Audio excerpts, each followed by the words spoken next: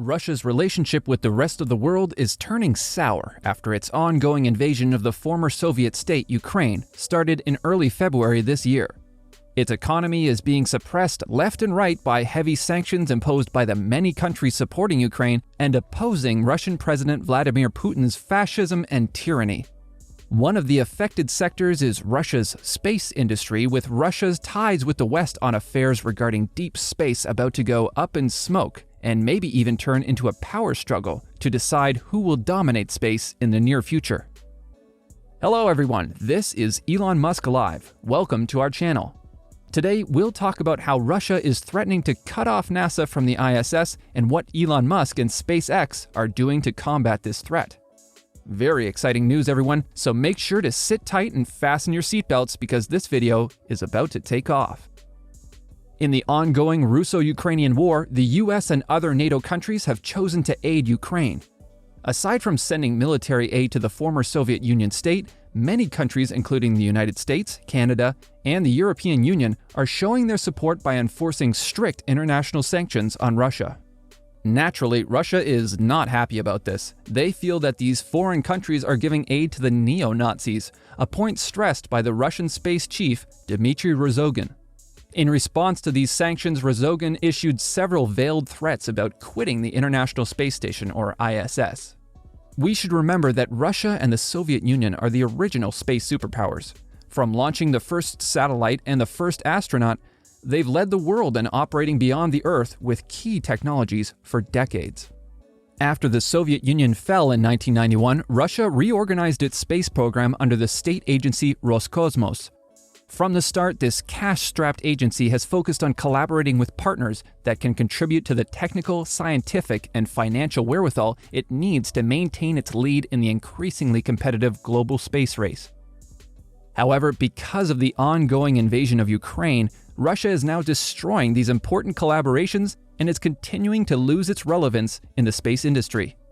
Now the question is, who will become the next superpower that Russia is falling behind? Well, the simple answer to this question is much more obvious than you think. Of course, it's none other than SpaceX, the new manufacturer and launcher of advanced rockets and spacecraft founded by the one and only Elon Musk. With its very ambitious goal of reducing space transportation costs to enable the colonization of Mars, SpaceX is gearing up to become the next main transporter of NASA's astronaut crews. But more on that later, so make sure to keep watching. Going back to Roscosmos, the Russian space agency has recently discontinued its partnership with OneWeb, a low Earth orbit (LEO) satellite communications company based in London. Roscosmos suspended the operation of Russian-built Soyuz rockets in Europe's spaceport in French Guiana and refused to launch 36 OneWeb internet satellites scheduled last March 4th unless the company meets the agency's demands. That is, either the UK government sells its stake in the company, this is in light of UK's sanctions against Russia, or OneWeb will guarantee that the satellites will not be used for military purposes. In response, OneWeb declared that it would be suspending launches of its satellites from the Russia-run Baikonur Cosmodrome in Kazakhstan, while the UK Business and Energy Secretary Kwasi Kwarteng said in a statement that there is no negotiation with Roscosmos about OneWeb and that the government is not selling its share. Following this development, OneWeb announced last March 21 that it has entered into an agreement with SpaceX to enable OneWeb to resume its satellite launches. OneWeb CEO Neil Masterson said, "We thank SpaceX for their support, which reflects our shared vision for the boundless potential of space." Meanwhile, Germany has also stopped all science cooperation with Russia and has switched off eROSITA, a black hole telescope on board Russia's Spectrum Röntgen Gamma satellite, to protest Russia's invasion of Ukraine. The working relationship between NASA, ESA, and Russia is under more strain now than ever before, and there's uncertainty about how long this will last. Rogozin said on State TV on March 4th, "In a situation like this, we can't supply the United States with our world's best rocket engines. Let them fly on something else. They're broomsticks, I don't know what." This ban likely won't have as far-reaching of an impact as Rogozin had hoped. Substantially, it may only affect Northrop Grumman, which uses Russian-made RD-181 engines in its Antares rocket. RD-180s power the first stage of United Launch Alliance's workhorse Atlas V launcher, but the company says it has enough of the engines on hand to fly out all remaining Atlas V missions. Rogozin, in his interview with State TV, also reminded viewers that Russia is responsible for space station navigation and fuel deliveries to the ISS. Without Russia's Soyuz craft to boost the space station, Rogozin claims the ISS would deorbit and fall to Earth. However, NASA has never directly shown concerns about these threats from Russia. This is because they already have SpaceX. That's right, the company that is at the top of the space industry today. With impressive achievements and records of accomplishments in its short 20-year history, SpaceX would no doubt have no problem substituting Russia in space missions easily.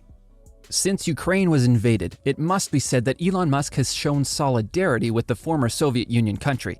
After the invasion, Ukrainian digital minister Mikhailo Fedorov pleaded for help after a suspected cyber attack crippled satellite internet connections and the Russian military targeted the country's communications infrastructure. His tweet drew Musk's attention, and the SpaceX founder and CEO responded by deploying Starlink, his company SpaceX's satellite internet venture, to keep Ukraine online. Starlink promises high-speed internet to remote locations where access is anywhere from unreliable to entirely unavailable. Very soon, the Starlink terminals donated by Musk were set up in hospitals, energy companies, and other critical infrastructure. Since then, SpaceX has been consistently expanding its Starlink satellite internet network in Ukraine, with a government official estimating that approximately 150,000 people actively use it every day. This is a crucial support for Ukraine's infrastructure and restoring the destroyed territories, Fedorov said. This help from Elon Musk drew the ire of Russian space chief Rogozin. In 2014, Rogozin had already said that the US should use a trampoline to get its astronauts to the ISS. He was referring to the fact that the country was fully reliant on Russian Soyuz spacecraft for crewed orbital missions at the time. More recently, Rogozin posted a lengthy piece on Twitter implying that the fate of the space station relies mainly on Russia and its Soyuz capsules. This post received a response from Musk, which was just a simple image, that is, an image of the SpaceX logo. By sharing this with Rogozin, Musk answered Rogozin's question of who will keep the space station aloft. Any spacecraft with extra fuel can do that. Specifically, the SpaceX Dragon spacecraft could just as well do the job perfectly. In 2014, NASA awarded contracts to SpaceX and Boeing through its Commercial Crew Program to build crew capsules that could ferry astronauts to the space station and back. While Boeing's Starliner has yet to fly a crew, SpaceX Crew Dragon has successfully flown many astronaut crews to and from the orbiting labs. NASA established a partnership with SpaceX and Boeing to decrease its reliance on Russia's Soyuz capsule, which had been the agency's only vehicle to the station after the Space Shuttle program closed in 2011. Now it's apparent that the ISS and NASA do not need Russia's Soyuz anymore since SpaceX has developed the Dragon spacecraft. The SpaceX Raptor engine can also be regarded as an engineering miracle in the space industry. The speed of its development and frequent iterations far surpasses what many other competitors can do relative to almost any other large-scale engine development program in the last 50 years. Additionally, SpaceX only needs 24 hours to create one Raptor engine, according to the latest update from Musk. In conclusion, SpaceX might be the only Western launch provider in the world that can fill the gap that Russia's Soyuz will leave. If NASA hadn't contracted with SpaceX and continued to use only Soyuz rockets and spacecraft to transport its astronaut crews to and from the ISS, then the current conflict with Russia threatening to suspend its rocket missions would have had a very crippling and devastating outcome on NASA's space exploration. Hundreds of billions of dollars would have been lost due to the delay in operation, not to mention the precious time and effort that would have been wasted due to suspended space programs. Thankfully, there's Elon Musk and SpaceX. And even without Russia's Soyuz rockets, NASA will be able to continue its space and aeronautics research as well as the exploration of deep space. SpaceX is also continuing to advance by leaps and bounds, and it's coming ever closer to its goal of revolutionizing the aerospace industry. Very soon, it's going to become the next big boss of deep space, while Russia will have nothing to show for itself. And there you have it, everyone. Please tell us what you think about this collapse in cooperation between Russia and the West regarding spaceflight. Do you think Russia's decision is rash, or do you think it's reasonable? Do tell us in the comments section below. We would love to hear your thoughts. If you guys like this video, please don't forget to give us a thumbs up and be sure to hit that subscribe button because we've got a lot more exciting news to share with you. Thank you for watching, guys. See you in the next video.